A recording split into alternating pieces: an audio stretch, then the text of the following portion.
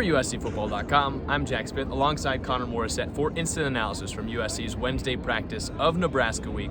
Connor, without being able to see practice, it's obviously hard for us to come up with newsworthy things to talk about after Chris mentioned yesterday that all the players were healthy. But I'm just curious, what are some of the things that you took away from today, a couple days out from USC's game against Nebraska? Well, we heard from D'Anton Lynn today, and if you're following USC, you're probably aware that Nebraska not only changed offensive coordinators, they changed offensive coordinators with a new coach, Dana Holgorsen, who they hired like a week ago, and they announced this coordinator change on Monday. So not only is this guy brand new to Matt Rule's staff this year, Holgorsen, but he came in as an analyst, and now he's going to be calling the plays. And this was a move which I saw on social media was because that there was a fear that Dylan Raiola might leave if they didn't make a change. So their old offensive coordinator also coached the tight ends. He's going to stick with the tight ends now and not call the plays, and Dana Holgorsen will call the plays.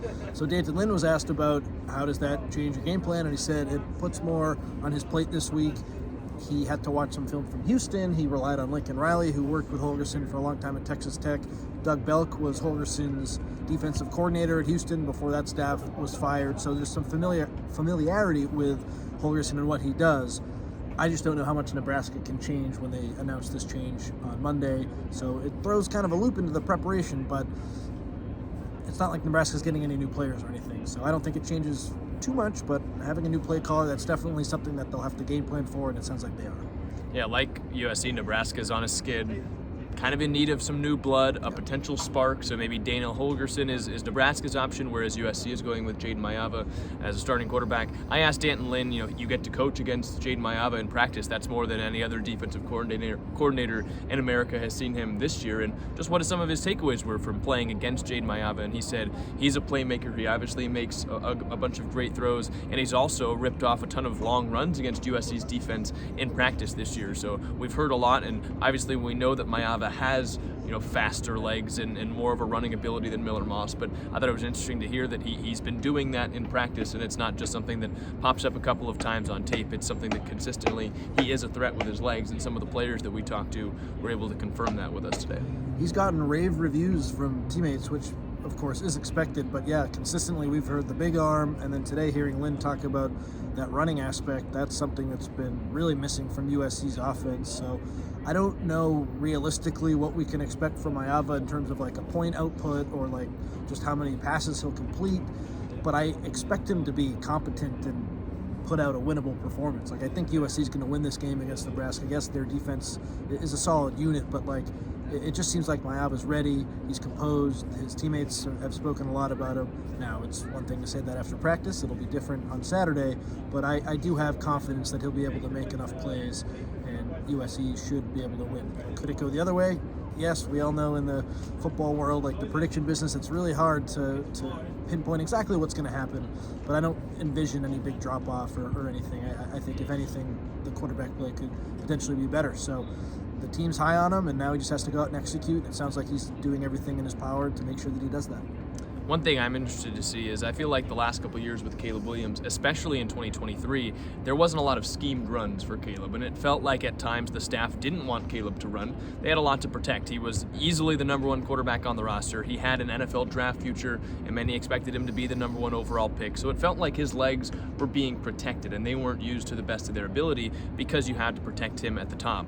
Now Jade Maiava has 3 games in the regular season. They have a good backup quarterback now in Miller Moss, who had been the starter for the entirety of the year, and Jade Maiava isn't draft eligible, and won't head out to the NFL after the season. So I'm curious to see whether Lincoln Riley has more designed run plays in there for Jade Maiava, whether the staff will be more willing to let their quarterback use their legs, which I feel like wasn't the case under Williams. Are you saying Riley's going to change how he calls the game? What? That would be awesome news, because in that first half against Washington, he sure didn't run the ball as much as he should have, so that would be great. But I'm skeptical that we'll see a lot of these design runs. Like, could we see scrambles? Of course, when plays break down and Maiava uses his legs, yes. But the design runs, like, I'll believe it when I see it, because I don't think that's how Lincoln Riley wants to operate. Remember, when he made the move, he said Miller Moss and Jade Maiava have similar skill sets, so he could be, lying to us and not being truthful, but like it sounds, based on everything he said, that this offense is going to stay the same. I think it's a great point by you, and I'd love to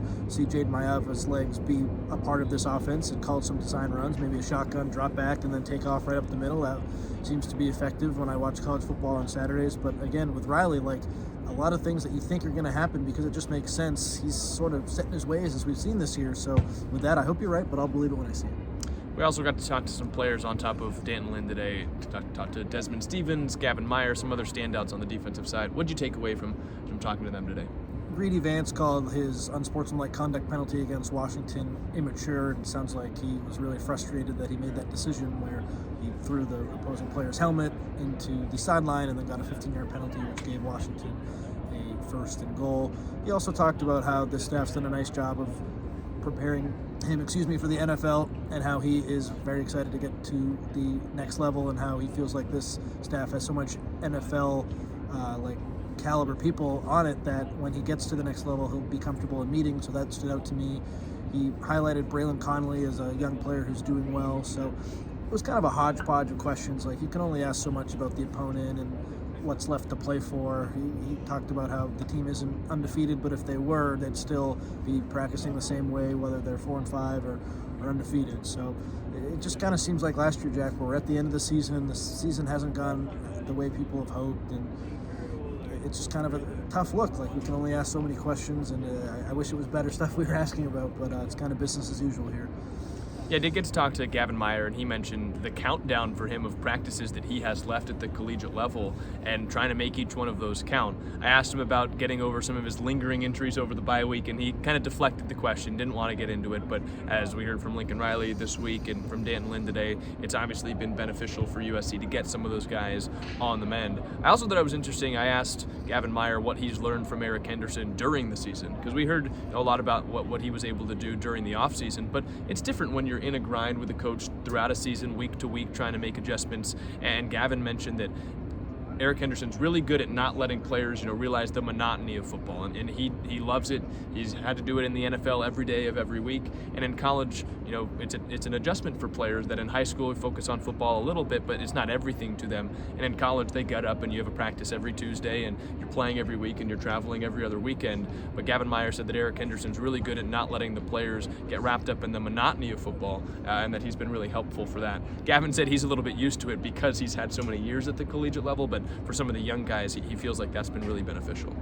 That makes a lot of sense. And then the last person we both spoke to, Desmond Stevens, the true freshman linebacker, asked him about Matt Entz, and he said Entz knows everything there is to know about football, and how sometimes when he's talking to you, you don't have to respond, you just have to understand, and you just have to listen. So I think Matt Entz has been really beneficial to Desmond Stevens' development, and I asked him about last week when Easton Mascarenas-Arnold said that Desmond Stevens has the potential to be an All-American. He said, well, Easton doesn't tell me that because he has to motivate me, but that was really reassuring, and it's nice that he has the trust of his teammates. He's a guy this year, Jack, he only played, I think, 11 snaps last week, but he's a guy who I want to see more of as the season sort of here winds down. Like, yes, you got to win these rivalry games, but I want to see him play more and more. He's really exciting. He's someone who is certainly going to be a big part of the future, and I say, let's unleash him. Get him in there at the linebacker spot. Make him one of the top guys. And, I mean, hey, if he makes a mistake, you can always take him out. But I think his ceiling is really high, and I want to see more from him. And really the last remaining goal that USC can achieve is making a bowl game, and they need to win 2 of their final 3 to get there. Gavin Meyer mentioned that he's so excited that 2 of those 3 games are at home where USC has played, he thought, good ball this year, and I think we would have to agree, but that's, I think, more so due to the fact they have not played well on the road. But that's kind of what's laying out there for USC. Players are obviously saying they'd love to make a bowl, be valuable for the Trojans to get those practices as well for the young guys, but again, as Connor mentioned, there's not a whole lot going on, and no one's really excited to talk about much when you're under 500 at this point in the year, and you've had so many close losses, with each loss coming by 1 score. I can't remember a time watching college football where one team has sat there at this point in the year and all of their losses have come by 1 score, and they're still under 500. But it's been tough for USC, and it's the same thing now most weeks where we go, and there's just not a whole lot for players to be excited about right now. And maybe a win over Nebraska and then a rivalry win or 2 can change that the rest of the way. And maybe you find your quarterback for the future. I think that's sort of the last thing here outside of the two rivalry games that you can really sink your teeth into. If Jade Maiava plays really well these last 3 games, USC makes the bowl, he does well in the bowl game, then you'll have a 4-game sample against 3 pretty good teams and probably a half-decent team that get the 6 wins if they get a bowl game. So that would be him playing really well 4 straight weeks, and that could get people to be excited for next season. It's just too bad that we're not even to Thanksgiving yet, and we were talking about this last month too, like planning for next season. That's just not where you want to be, but that's the reality. And if USC finds its quarterback, then that will at least be something good from a season that hasn't really been too good so far. Yeah, 3-game mini season starts this Saturday as the Trojans have homecoming, throwback uniforms. There is a lot to be excited about, but you don't generally get the feel of that at some of these interviews after practice, because players at this point in the season, they just want to win and they want to go out there and try and pick one up on Saturday. We'll see if they can do that. Thank you guys for sticking with us throughout the season, but that's all we've got for Instant Analysis today. For Connor Morrissette, I'm Jack Smith. Thanks for watching. Make sure you check out uscfootball.com for more.